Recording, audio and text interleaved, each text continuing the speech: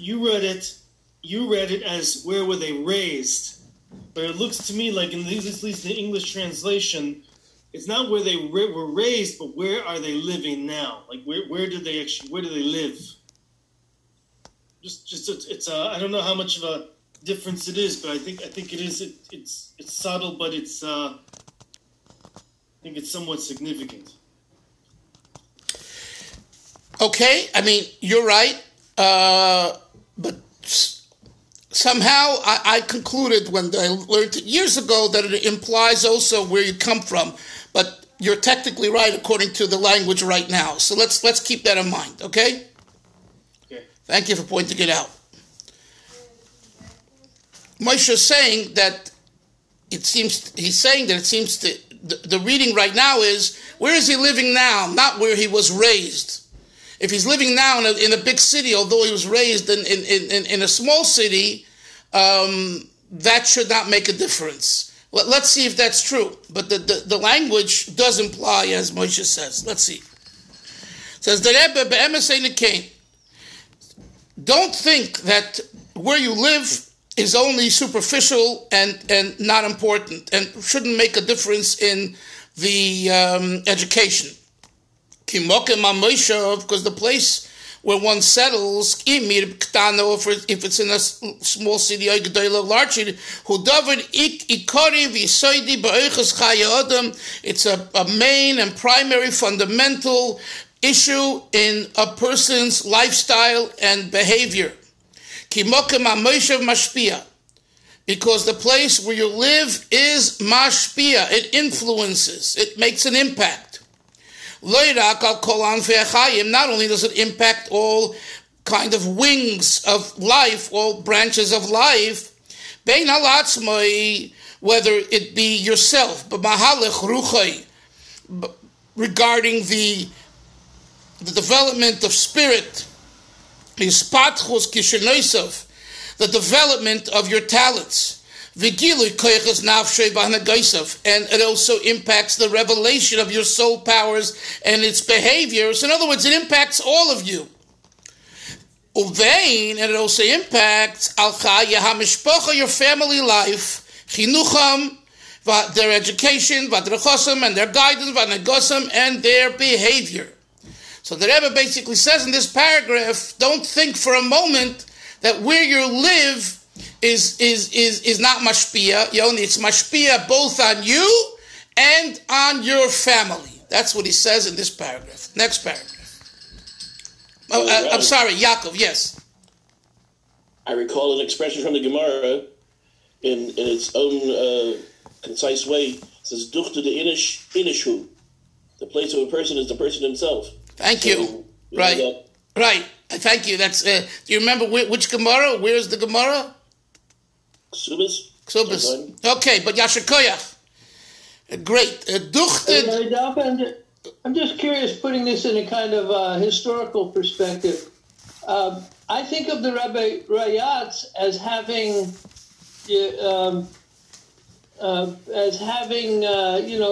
lived in a number of places, and really I think of him as kind of during an era where he was addressing people who mainly lived in the cities. And I'm just curious, at what point, my impression of the whole European Jewish experience, and certainly the Hasidic one, is that in the latter part of the 19th century there was a great migration to cities, and the kind of traditional rural life became untenable in many places.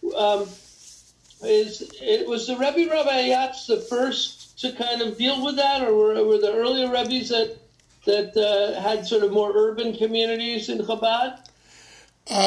For 102 years, Lubavitch was in a little village called Lubavitch, which was so small and so backward. 102 years, from 1813, I think, to 1915, right? And then because of the oncoming the war, the Rashab left to Rostov, which was a bigger city then, okay?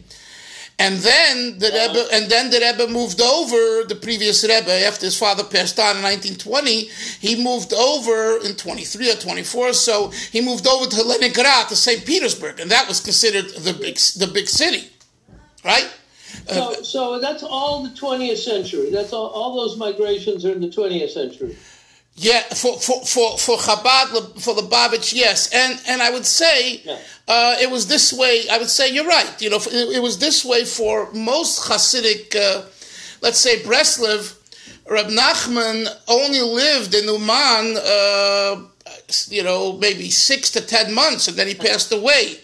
Right, he lived, he lived, I think, in Teplik.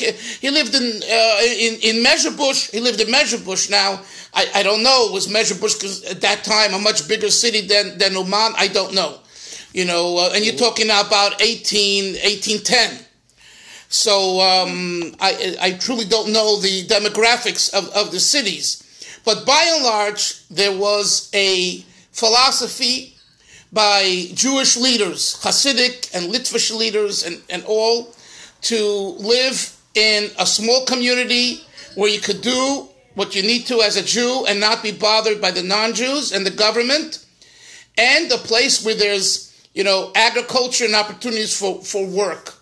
That was the general idea across the board because of all the tsaris issues that we had, the pogroms and everything else. Warsaw, let's say Poland, was a major city, of course, but I think you're right in that it didn't really take off as far as Hasidim and others until into the 1900s. I'm not an expert in this field, but that's the way it seems. For example, Rabbi Soloveitchik's father, he was a Rav in Chaslavich. Chaslavich is near Minsk, and it's no big city. It's a little city, town or village, And then in he was there in 1913 to 1919 or 1920 when his father, Reb Chaim of Soloveitchik, passed away. Now, where did they move to? Reb Chaim lived in Otfotsk. I visited Otfotsk in 2019. Otfotsk is about 20-25 minutes outside of Warsaw, right? And if you compare Otfotsk to Warsaw, it's a much smaller city. Better air, and for tuberculosis, they had many institutions and homes, and it was considered a curing place of better air for tuberculosis patients. And that's why the previous Rebbe, one of the reasons he moved there, and others. So Soloveitchik, Reb Chaim Soloveitchik was there as well, and then when he passed away, where did they bury him? Where I visited him, in the large cemetery in Warsaw, in Warsaw. And then his son, Reb Moshe, became the Rosh Hashiva of the Tachakmuni, a Mizrahi Yeshiva institution in Warsaw. And you know what I'm saying? So he comes from this little, Chaslavich with donkeys, and he goes over into Warsaw, and Rabbi Soloveitchik, his son, Yasha Ber Soloveitchik, talks a little bit about it in his different, times when he mentioned it, that how he got to see, in Chaslavich, there were many Lubavitcher Chassidim, and his own Malamed he always spoke about was Baruch Yaakov Riesman, who was, Riesberg, I think, was a Lubavitcher, and he always spoke about him, how he impacted him. He was 9-10 years old, and he made an impression on him that stayed the rest of his life. And so really that was his, his framework of Chassidim. When he came to Warsaw with his father in 1920, he starts talking about Ger and about Mozhitz, because those were, in Alexander, it was the Polish Jewry, and Hasidism was there, and he told over beautiful things, how that impacted him. So even he, went also from a transition from a little village into a big, so that's just a little history as far as the communities. Hillel Zeitlin too. I think of him as sort of a probably a fairly typical, that he was born in a small town in the area of Lubavitch, but he made his mark and he lived most of his life in Warsaw. That's right. That's where he became very famous, in many areas. Yeah, right. Okay. So definitely the idea of where you live is very important to one's character and to all those that are around you, including family. Let's see what he says now in the second paragraph. In addition to the fact that it's what we call a kal v'chomer. Kal v'chomer is a fortorio in technical English, but it means if this is so, and it's light and easy, how much more so something that's more stringent. Let's see how he says it. In kol anfei achayim b'chayot uvnei mishpachta tluyim banagosum uv'mahalach ruch hapratis, if all branches of life, in personal life and in children and a family, depend on the conduct and development of spirit, of that environment that you're in, that you and your family find themselves, Mikoshkein is the kal v'chomer. Needless to say, in English we translate it as needless to say, that all the branches of his life and the life of his family,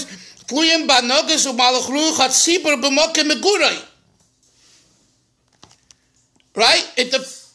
There's an impact of the community on the person and the family. First he's saying is where the person moves makes an impact on himself and on his family. He says that's an individual. How much more so the place you move to, the tzibur, the community, makes an impact on you and your family. That's the koshke. And in addition to that, so in addition to that, here he says another thing, that the life in a small city is different. It's more tranquil than a big city. Next page. Dr. Twersky. It's fascinating to me that here he's using the phrase irktana in its literal sense, but it's such a significant phrase in the Sefer Tanya in its metaphorical sense, talking about the body as the irktana. Right. Rabbi Dr. Avram Twersky, the Schus Nishmasai, told me when I interviewed him, it's in my book Conversations with the Rebbe, he told me that the Rebbe wanted him, when he was in Yechidus and he spoke to the Rebbe about what he's doing, what he should do and everything. And I think after he graduated and he was ready to settle down, the Rebbe said, how about, staying in New York, in Brooklyn, New York, whatever, because that was the fastest growing, the largest growing frum community, and people need your help. You're talking about in 1960 or so, the Rebbe told him this, okay? Mm-hmm. And he told me that he said to the Rebbe, I would love to, but I would be overwhelmed. It's just too much for me. I have to go to a quieter place. That's what he told me. Mm-hmm. And he went to Pittsburgh. But the Rebbe wanted him. The Rebbe felt that there's so many Yidden here that need your help. And the truth is, the Rebbe was right. Why do I say that? Because you can't imagine how many people in Brooklyn he helped. And probably, I don't have the stats, he had more clients here than anywhere else. He who lived in Pittsburgh and had the rehabilitation center, the alcohol, the rehabilitation center, I forget, it's called the Gateway Rehabilitation Center, and I assume most of his clients were non-Jews there, but people here called him left and right. So the Rebbe saw that, and the Rebbe said, but Twersky said to me that, at that time, maybe later he whatever, but at that time, as a new student, a new doctor and professional, and he's starting his life in a young family, he wanted to be Bir Katana. Pittsburgh is a Bir Katana compared to New York. It's interesting, Rabbi Dolphin, that Rabbi Twersky, for a number of years, here in Eretz Yisrael, his residence was in a frat. Right. You mean to say compared to Yerushalayim or another place? Is that? Yeah. I think later he left Efrat. Yeah. When I met him, he was running Yerushalayim. Look, every person, depending where they are in their life, they choose a place to live. This is we're all in that. But let's look at the analysis. Let's turn now to page 65. HaKadosh Baruch Hu, HaKadosh Hashem, Boris Adam created man b'teva with a specific nature, nivdom kol chai, separate of all animal, all living. Laid up with Hashemayim, not only different than the earthly hosts and the heavenly hosts, and the gamma spheres elyonis. Man is different than the supernal spheros, the supernal emanations of God.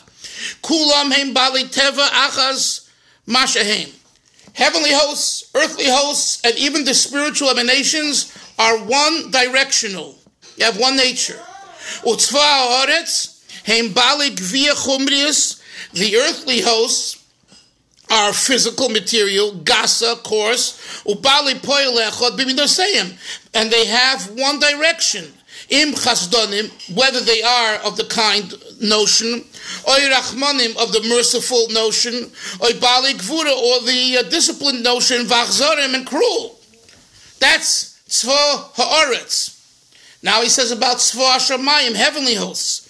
Ima yosim, although gam came bali gvia, they are bali gvia. They're made up of kind of a body in their own celestial way. They're made of refined material. This is all in the Rambam. But nevertheless, they also they're one directional. They have there are several remedies coming from them. And he says, take the sun. What's the main objective of the sun, Yodesim? To illuminate, to bring light. Uskulasai, Netzach, you hear Uskulasai, but its remedy is lerapois, is to heal. Sunbathing, as long as you put on your lotion, not to get, God forbid, an illness. But Uskulasai lirpois, the sun has the quality of healing. Number two, yes. Jonathan, go ahead. The sun is the source of vitamin D. Right. Which is a very good source against the C19. Right. Thank you. I meant to say that vitamin D. Thank you. Number two, lehetiv tzmichas hatshoyim. What does the sun also do? Avi, it makes vegetation, grass grow. Levashelos aperis, it makes fruits ripe, vatuas, and wheat ripe, void. So these are the impact. This is the impact of the tzvo hashamayim, of the heavenly host. Now he goes to the third aspect, which is ubruya maila, heavenly creatures. Heina malachim, the angels. Hamischalkim lasara sugim. They're divided into 10 categories. Wake up! This morning we learned. We have 10 categories of angels. Which one is yours? As the Rambam writes, they come and associate with the 10 emanations, from Chochmah through Malchus. Nevertheless, they all are one directional. And here we have the addition above them all, which is the human, which includes the essential virtue of the upper hosts, who also has in himself the lowest of the low, the worst of the worst of the ones below. But nevertheless, man is multi-directional. So yes, the Tzva Shomayim are more refined than we are. But guess what? They're limited. They have a muzzle on them. They only see narrow vision, tunnel vision. Man has both in him. That's a Gemara too, right? The upper part of man, the lower part of man, right? He is and the language, Bal Pu'ulois Rabbis, multi-directional. Ha-Pu'ulois HaRabbis Yitbi HaKadosh Baruch Hu Be'adam. The various activities that God has instilled in man, they correspond to his temperament and, Yoni, to his spiritual essence. Vahainu, next page 67. That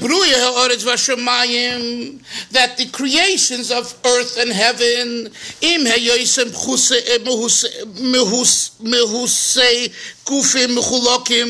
although there are different creature types of bodies, the guf is that the bodies of creatures of earth are coarse, are materialistic. The gufe B'riyah Shamayim, and the bodies of the B'riyah Shamayim, of the heavenly, the thing, Heim Geshem Zach, they're more refined. Imza, nevertheless, Hinishneim Puloso Mitzad Gufam. Both of their pu'ulos, of their activities, is because of what? Is because of Gufam. So yes, one is a goof that's more refined, one is a goof that's more coarse, but nevertheless, they both are what? They both are goof. They both are body. So therefore, and what about the third category they mentioned before, Basfiros El Yoinos, the heavenly emanations, the Sfiros, Hinepulosu Mitzad Nafsham. They are driven by their soul. So we have Tzva Shamayim, Tzva Haaretz is driven by Guf. The emanations, the Spheros, are driven by soul. V'ha'adam, however, man, Shukalu Melyonim V'tachtonim, that's a combination of the upper and the lower. Hinepulosei Kfula. His activity has both punches. HaPu'ula mitzad ha'guf, v'ha'pu'ula mitzad ha'nefesh. His activity combines the material and the spiritual. No one else has that. That is the virtue of man. So regardless of how holy souls are, and how holy angels are, and how special the stars and the moon and everything else, it's all very nice. But they don't have the infinity in them, as much as infinity is applicable to a human being. In other words, they don't have the neshama drive in them, in the human being, which makes a human be able to do elyonim v'tachtonim.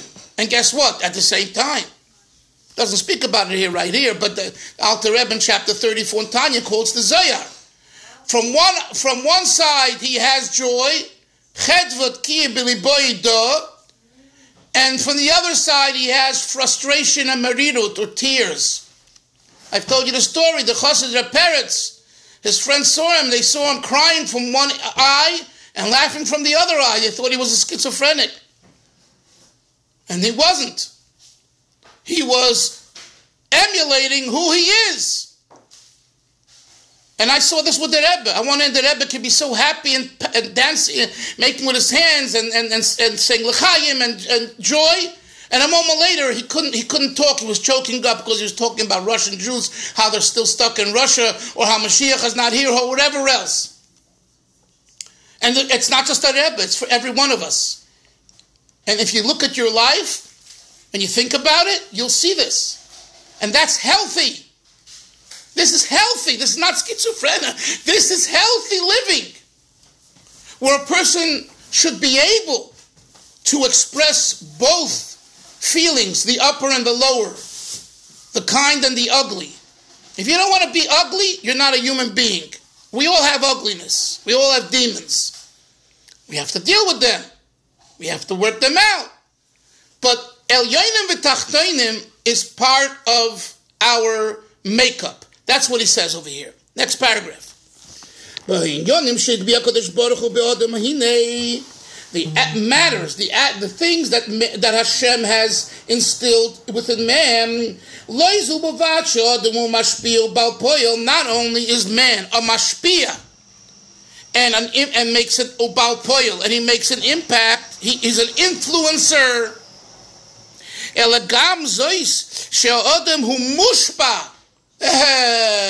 We're also impacted, influenced from outside stimuli,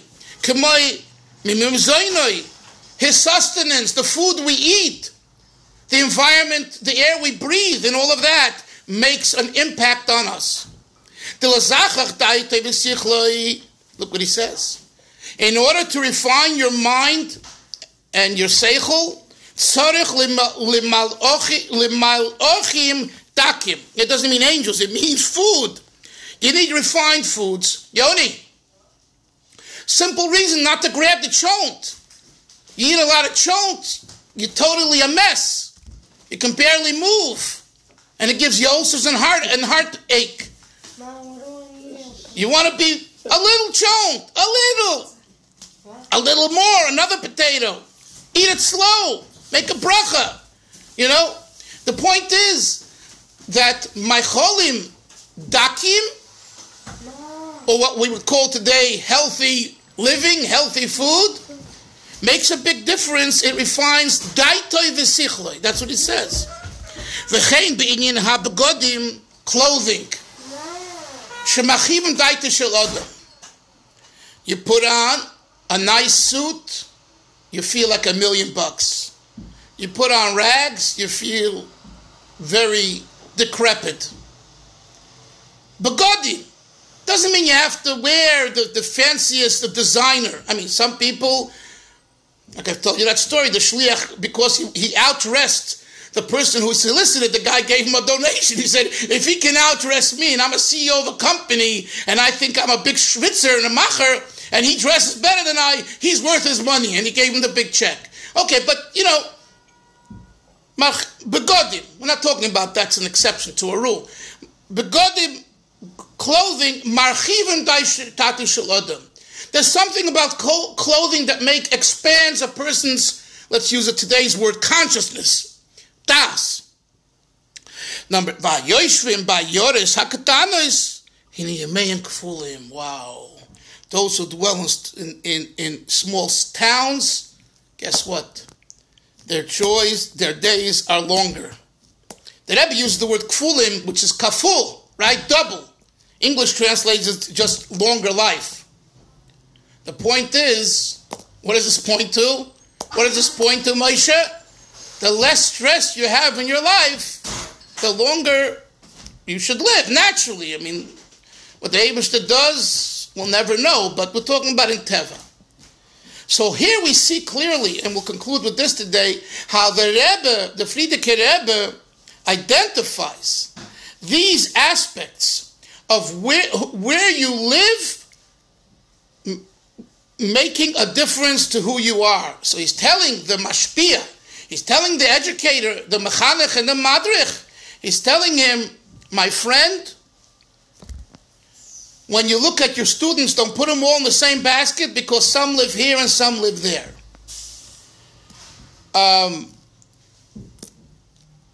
I don't think he speaks more about this in the rest of the Kuntres, but Moshe, I'm going to try to check this with a person or two, but I concluded when I learned this the first time many years ago, and again, I learned it, as a student, so I wasn't maybe as knowledgeable and careful at the time, and I didn't pick up. I walked away just with this, that where you're raised makes a difference. And Moshe, why wouldn't it follow? It makes sense, doesn't it?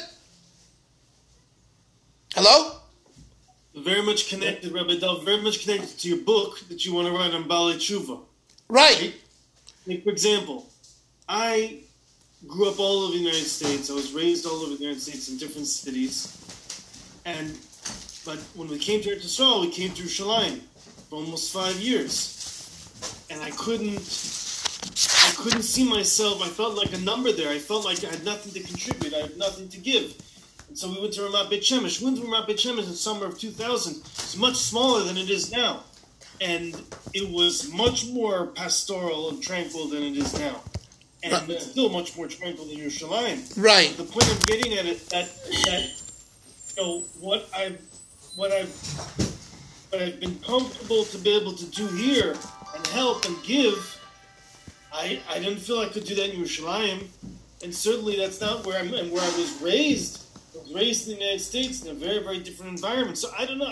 I would see it the opposite. I see very much that significant is where he is now. Where's the person now? Like, where is he living? Where is he raised? I'm not contradicting that, but are you saying that where you were raised doesn't make a difference? No, I'm not saying that at all. I'm saying in this particular, what the Rebbe Raayatz is writing here, I think has to do with where a person is living. But there's no question where a person is raised, no question, extremely significant. I just don't see that here in the text. Okay, yeah, right. Right, no, I agree with you. It's not in the text. I agree with you. It's not in the text. Hillel, if someone asked you, what makes a greater impact on a person, where he was raised or where he's living now? What would you answer? I think, over time we tend to get just more regilas. It's who we are gets more formed. So, I mean, I live with this because my wife is a country girl. And I'm a city kid, So I know this very well. She, when my impulse is to sort of turn up the energy, hers is to turn it down. It's just when it works well, it's really a great shidduch. Avi, you're showing me something. Avi, you want to say something? Unmute yourself. Unmute yourself, Avi. Unmute yourself. Yes. My daughter from West Hempstead that davens at Chabad in West Hempstead called me and I wanted to show her. I couldn't speak with her now because I'm on the phone. Oh, okay. I thought you had something to say about this issue. Yoini, any thoughts? No, I think I'm with Moshe. I think that, you go to a lot of different places and stuff and you can contribute. I think that's a lot of the hashkafa of Chabad. I think a lot of the reason why you have so many shlichim and Chabadnikim outside of Eretz Yisrael. And I actually did speak to Rabbi Schneerson about this. There's a tafkid. Each person has a tafkid, and not everybody's able to do that in Eretz Yisrael. Where you go, when you have a business, you go where the customers are. So the customers in Eretz Yisrael, you have less customers than you do, let's say, in Venice Beach. You have a lot more customers to try to be the car people. Even though in Eretz Yisrael, there's a lot of people to be the car as well. The Rebbe, when rabbis, young Israel rabbis and others, wanted to make aliyah, so I told you once, both Rabbi Soloveitchik, who was the kind of the father figure of young Israel and YU and all that, and the Rebbe were not very supportive. I mean, that's the truth. But and I'm saying Rabbi Soloveitchik and the Rebbe, so it's not just a Hasidic thing. That's another discussion. But when they presented to the Rebbe that they are doing this, so the Rebbe sometimes asked them, so where do you plan on living? And most of them said Yerushalayim. And the Rebbe told them, I think that, you should find another place outside where you can contribute to the community because no one needs you in Yerushalayim. And it's online, by the way. The son of one of these rabbis, it's in one of the Gem videos, he tells over this and he says, my father was very disappointed and I think he either moved out or he moved back to America because he initially he was disagreeing with the Rebbe and fine, no problem, it's your life. But then he came to Yerushalayim and there's, So Moshe and what you're saying is 100% right. A person has to, if it's also what Yoini said, if a person believes that where they're going to live is where they have a tafkid, a purpose, So you want to make a difference in your purpose. Now, of course, wherever we end up, we could make a purpose there. You know, this idea, because I'm Yerushalayim, you know, I'll give you an example. Remember one of my last trips a few years ago, I was Yerushalayim. I put up flyers and people came from all over. Yeah, I had a hustle. You know, it's not like walking into Bet Shemesh where, you know, everyone, it's an open, everyone's looking. It's a different type. But so you can make a difference wherever you go.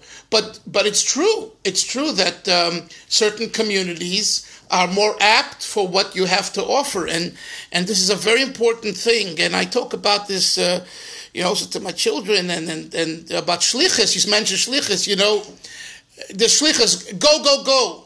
Sometimes a person is not cut out for a certain place. I had a mashpia, and I have, who's a very Hasidic Jew and very knowledgeable and everything else. And he told me once he can't speak to 10 people. I said, why not? He says, I need 80 people to speak to. You know, and he's a good guy. There's certain people that what brings out the best in them? A crowd. You got 10 people, 5 people, you know, they just don't put them, they cannot motivate themselves. And a person has to know that. You know, it's one thing to say Krishma Shalmita and bang a shamnu and say, hey, what kind of Jew am I? What kind of person am I? A Jew is a Jew. Teach him 1, 2, 3. What's the difference? That's between you and God. But the bottom line is we want you to be an effective teacher and to be an effective influencer. And if you cannot get yourself to do that in a certain situation, find another situation. And it's a balance. It's a balance. Like, when do you know to leave a certain place? You know, my son was working for B&H Photo out of Manhattan, right? Wonderful. They give everyone a job. I told him at a certain point, you don't have growth here. They're great people. You're making a bare bone. You're making a salary, and you know, but your family's growing. It's time to leave. And he left. And Baruch Hashem, you know, he expanded. And the same is true. I've seen rabbis working for other rabbis, and they're getting a salary, a paycheck. No growth. You're not going to get a bigger salary here in 5 or 10 years because they don't have the money, or that's the system. You want more money and you want more opportunity? You got to go on your own. And you don't have a check. You got to raise your money and you got to make money come in. But you will expand. So these issues are all part of what we're learning today. Anyway, Chevra, have a great day. We'll see everyone tomorrow. Sei gesund. Shalom. Yeah. Bye-bye. Bye-bye. Bye-bye.